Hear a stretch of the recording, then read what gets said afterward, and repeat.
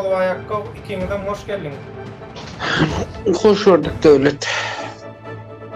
Reis, sesim geliyor mu? Selamun aleyküm. Yolda. Ve aleykümselam. Ne? Kim ne mi diyecek böyle benim? Şuna bak. Ne mi? Biz yakacak değil mi diyecek böyle mi? Ha? Ama men adamları kanala çıkarıp yakyamışım. Tutturuyamışım men adamları. Ben öz kellemle çıktım ben. Ben halkın için çıktım. Ben öz indiki çağım için çıktım ben. Ben bir itibolu yaşamak halam yok men. Diplomum var. Belge bir Türk halkın gibi bütün yumak hakkım yok benim. Men diplomum var. Men Türk mesela iş yapılamam. Sebep ne mi? Ha? Sonra cevap versenize. Şu giden adam var, Türkmenistan'ın adam var. 2000 halkı var. Götü yürüttüler. Boksu yürüttüler. İtin gününü görüttüler. Sonra cevap verinler. Ha? Serdan taşşağın soru yüreğinden göre pat kalem çıkıp bile pul iş yapıyorsunuz da bir göt verip bile pul iş yapıyorsunuz bile. Özün nasıl öyle pul işlerinizden göre? Tuvarlar bile. Ne mi diyecek böyle siz bana? Ha? Serdar'ın karamkhor. Gamkhoru. Men deklarat ettim men bilýär. Men suratlar ba. Gelsin. Götü çaktamos gelsin. Liboy geçin tokumdan. Liboy gelsin men yanıma. Liboy tokumdan. Gelsin. Bir ölüm. Dişe diş, cana can. Kana kan berýär men. Umurumda değil menin. Reis gayret söwünmesene bizim beýleki hapaçyklardan bir tapawdymyz bir şo söwünmeýän. Mes ondan senem söwünsoň ondan gutardy. Şatdygyň söwünden okşaýdy. Sen bir gayret et söwünme. Özlerin yakasını iskasılar. Özleri bir pul, 5 mal pul çık kan satı alıp duylar. Kanı buluş tutuylar. Kan alıp duylar. Reis, bular seni, meni, Rozo'yu ve beýleki egin neslerimizi gahar galaba münnürüp emosiýa bilen bulan soňky güni sanalygyja şoň üçin bular bilinmeýän sırlary biljek bolup şoň üçin provokasiýa edýärler. Sen bu provokasiýalara nemetme? Koçada men sesim baratan kişi olan gidip kimsiler o kim? Edin. Bütün Türkiye gorguzinglar. Men tanamarsınız, tapam bilmersiniz. Tapa vaxtın cana can dişecel kana kan veririm men. O duran yerinde. Men aydin sizlere. Türkiye'de men sen şeyle mi? Ova. Ne? Gelsin. Kana kan dişe diş. Öztürk ben sana işlep bilemem ben. Türkmenin halkı, Türkmenistan adamlar çörege de bölüyorlar. Tamojna'ya gidinler, Tamojna. Aşkaval'ın Tamojna'sına. Görürsün adamlar neyin işleptiğini, yaşa olanlar, okuçu olanlar işleyişine. Bir kanter 35 ton al ya. 35 ton düşüreyle 6 kişi olup. 20 mant için, 30 mant için. Uçaklar son bolca öyle mi sonunda? Ha? Sonunda mı? İnvalid böyle uçaklar son. Sizler onu düşünemezler. Özün için ben Türkiye'ye 5 ton pul işecek, kan pul işecek, kan al buluşursunuz. Havarın yok mu sizlerin odaklarda? Benim havarım var. Sizler bugün günün düşünmen mi çıkacağım? Son günün düşünürler. Ertuğrul sizin çağınızı göre bugünü göresin. Sizler son barca yerden oğlunu tepe sonunda, oğlunu tepe. Düşünmen ne şu var? Ben emmesini aramayı kovdum. Senin tokum tijini anar KGB, NV'de krugu alıp koydular. Telefonunuzu çok salıp koydular telefonlarınıza. Ne mi gurulap dursunuzdur? Koçanızda 2 tane 3 skoy var. Kaysı yurtta var 2 tane 3 skoy bir koçada. Aysanız ne bana? Bir koçada 2 tane KGB Türkmenistan'a 50% agenti döndü. 50 men diş garanti veren uzatları. 20 adam sattılar. Bu kellerini işledin o. Kan için, pul için kan satman. Ertuğrul özünüz ilgi çıkacağınız belli der sonunda. Kim olsanız olun. Men bana tapacı yok. Korkkan yerim yok. Çekinem yok. Ağız bir bol bileniz yok mu? Ağız bir bolan adamlar değinmenler. Uzak durunlar. Serdan'dan silah peyda yok. Peyda olsa halkına peyda ederdi. On tokumu. Kaysınız kim şunun yegerlerden? Ha, kaysınız kim? Kaysınız minesiniz gelmeyen o maşin? Kaysınız sağa takasınız gelmeye? Kaysınız cay kurursunuz, cay öyle şikarın cay yaşasınız gelmeye. Hemen yaşasınız geliyor. Sizin hakkınızı yiyipti, benim hakkımı yiyipti ular. Nedir bizim hakkımız? Nedir bizim neftin pulu bizlerde?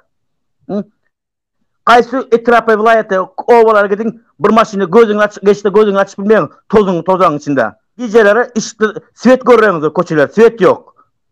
Bir maşin geçse bir adam yüzünü tanap kalırsınız sonda. Plançı deyip bilersiniz.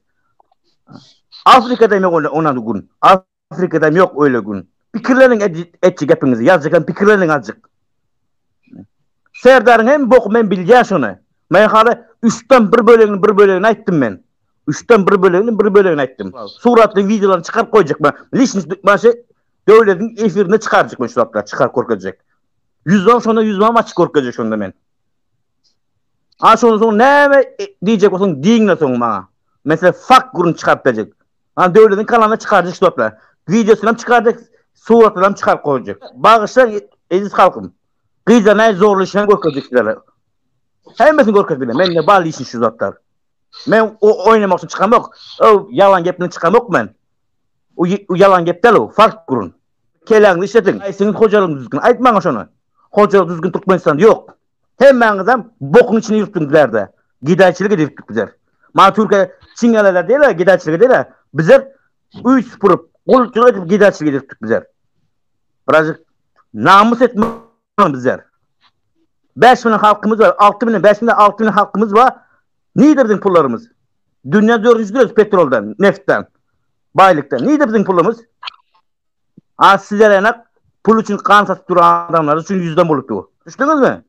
Biraz gepinize pikirlenip geplen. Yazarınıza pikirlenip yazınlar. Serdar ne mi? Ne mi ettin son kızık? Pensiyonerden pul verip plan yok. Ne mi sebepten? Kayısınız çıkmaydınız. Ne hepsini kasam içinde kurkan tutmadın deyip. Kurkan tutmaz şu kasam içinde. Kakasının kitabını tuttu Kur'an'ydı. Ne mi ait biliyorsunuz şunu? Anasının eşinden akıllı sizler. Kurkan tutsan o. Kakasının kitabını tuttu eline. Kurkan bu tarafta o. Önünde du. Sebebi halk oyuncak ona. Oyuncak. Sizlerine pulla işle veren, kanun satıyor adamlar için oyuncak. Hem de kim şöyle yürütülüyor. Ya da kadı görme biraz kakarlı ne emetinde biraz. Gayret et söğün mü? Rozvayakka söz vereli, Rozvayakka. Hoş geldin. Hoş gördük devlet. Açık ocakladın ağırsa söz sende. Men mikrofonumu yapyan, riskem yaptı. Köp aytacak zadım yok. Men o zaman şol riske hazır şutaydan bir gayret edineyim. Azıcık sana doğru düşünür yani emosyona birazcık kontrol et. Sevnemşin diyende şol senin emosyon yeri geldiklerinde seni her bir beladan da kurtarır. Gerek olsa sana utuşta kazandırır. O yeniş senin ulanırlar. Emosyona neçe güçsüzlük edip bilsen karşı korkazıp bilmesin dur. Yani onda birazcık güç kaybedersin. Şu olur. Başka zat olmaz. Indi menin asıl diyecek olan zaten devlet şu da yankışıl İsrail'in sekreteri var. O halkın öz düşünecek dilinde aydanımızda yani İsrail bilen can alıcının sekreteri diye de. O can alıcının sekreteri der. O şeytanın sekreteri ol. Onun edecek olan işi yazıp duranlarda bireyem benim beynim oturdu. O Azad Sakıf arada beyttiler yani şu sen bellek geçişin yani Azad Sakıf ile bağlı olan meseleleri o bilmek maksadına peşine düşüyorlar. Dese onlar anırda şu Milli Xowpsuzlyk Komitetinin yöretişi ortağa atan şu İsrail'in sekreterlerden yani şu şeytan sekreteriyal adamları ve şonun töreğinde şonun yani düşüncede olanları şeydip sosyal medyada katı köp bulanıyorlardı. Onun için her türlü zatlara, yalan maglumatlara veya birinin sesini dinlediğini bilen ay ben onun komşusumuşum, buluşummuşum. O zatlara bizi kulak koymamıza gerek yok. Biz o dövrleri, olar oylar, bireyem neçe yıllardır yaşak geldik. Neçe yıllardır uzak olsun. Neçe yıllardır yani biz oyların önünden öttük. Şoň için biz o zatlara kulak kabartmalı delden bizim etmeli işimiz öz yolumuz var. Öz seçen özümüzün sayılap seçip alan hareketimiz var. Biz şonun bilen devam etmeli. Biz olar ýaly barsa bir balan içinde garşyp aylanşyp ören yani şol senin bellek geçişin ýaly başda. Şu 10 horaza bir tok oluşýaly. O diýişin ýaly o zatlar bu oýlar olar ýaly atlara biz bolmaýarsam olar ýaly tok horazların içinde yoğun biz. O horazlar şu toğulan bolup aylany versinler. Bizden uzak dursun yani gepin kıskası diyecek ol yani. Men hazır bir aytjak. Serdar'ın 2016 ýylda oktyabr aýyna bayram gününde Ayka Açilova 91-nji ýyl Bektaşdy gyz öldüren yerini tapsyrlar. Öldürdi göm gaýta yerine. Mezaram ýok şo gyzyň. Ikinci 2016-njy ýyl sentyabr aýynda 9-ynda Çeren Seyitova öldürildi. 93-nji ýyl gyz. Daşoň şäherinden ikisini aýtdym. Tapsyra şu ülüsüne.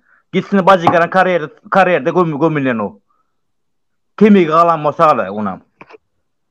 Men ikisini maňa deýinseňiz beter ederin. Maňa deýinmeň, menden uzak durunlar.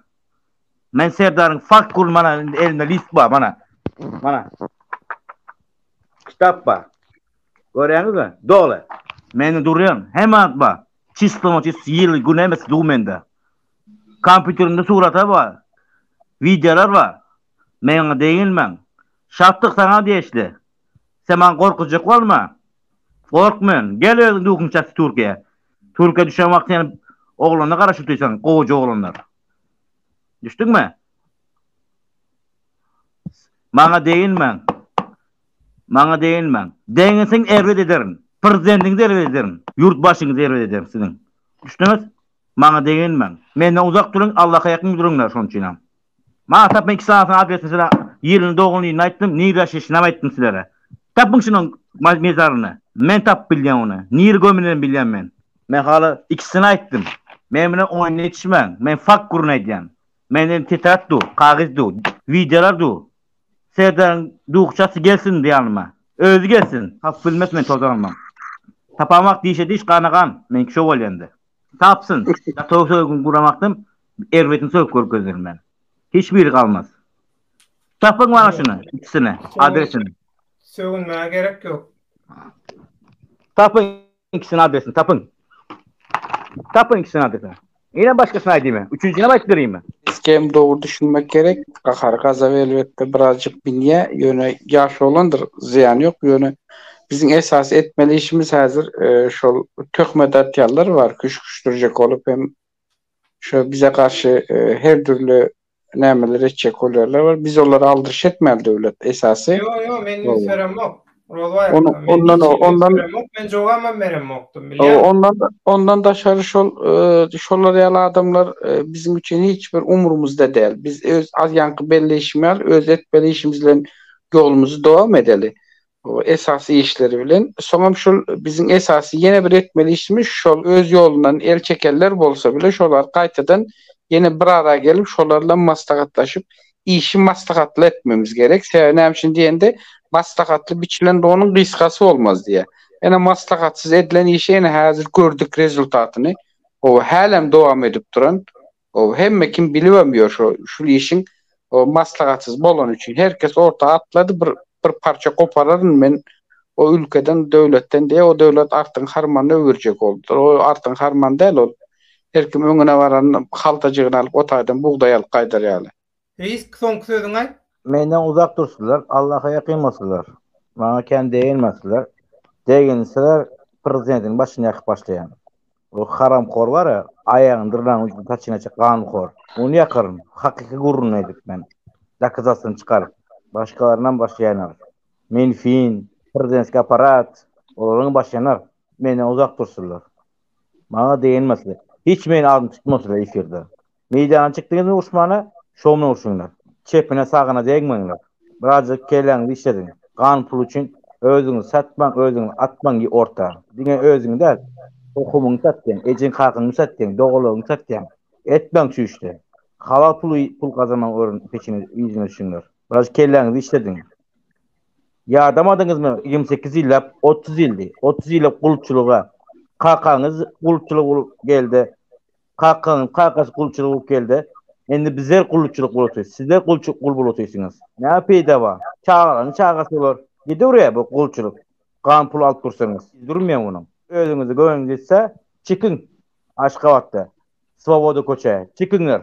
Köşkten barın demiyorum ben. Svoboda koçaya çıkın. En uluk koça şu. Türkmenistan'ın Aşgabat'ın. Yatın koçada. Gece gündüz. Giden pasolos var orada. Amerikan pasolosluğu var. Hemen yurdun pasolosluğu var. Çıkın yatın şöyle. Köşkten barmanlar. Gayratınız olsa, gücünüz yetse. Hakkınızı sere özüňler. Yani uşun demiyorum. Kan tökün demiyorum sizlere. Ama böyle hakkınızı alın. Böyle pul kazanırlar. Öz hakkını sonra pul kazanırlar. Adam satıp adamın kanını pulu değiştirmenler. Eskiden işiniz adamın kanına pul değiştirdirsiniz. Etirkin özünüzü gidiyiniz Ankara oğlum depa. Bağışlan, doğruda bağışlan eziz halkım. Orada bağışlan bağışla. Edil prezervatif gandonu ulanıyor size. Şon kelleğinizi işledin. Edil prezervatif gandon yani ulanıyor. Diyor düşünüyorlar ben onunla tanışım oldu bunu aram koğulaştır. Sen koğulaştırmadın. Ben oğlum depa koğulaştırdın özüne. Tayinap koyutuyorsun. Şon kelleğinizi işledin. Barcak'ın anlaşı sonunda, en sonunda. Başka diyecek adım yok. Öyle. Öyle. Acaba köp sağ olun. Allah yarınız olsun. Kâriyerinizin tesirlerini çıkarmadım. Başma. Razı olun. Ökülemen başma. Sağ olun.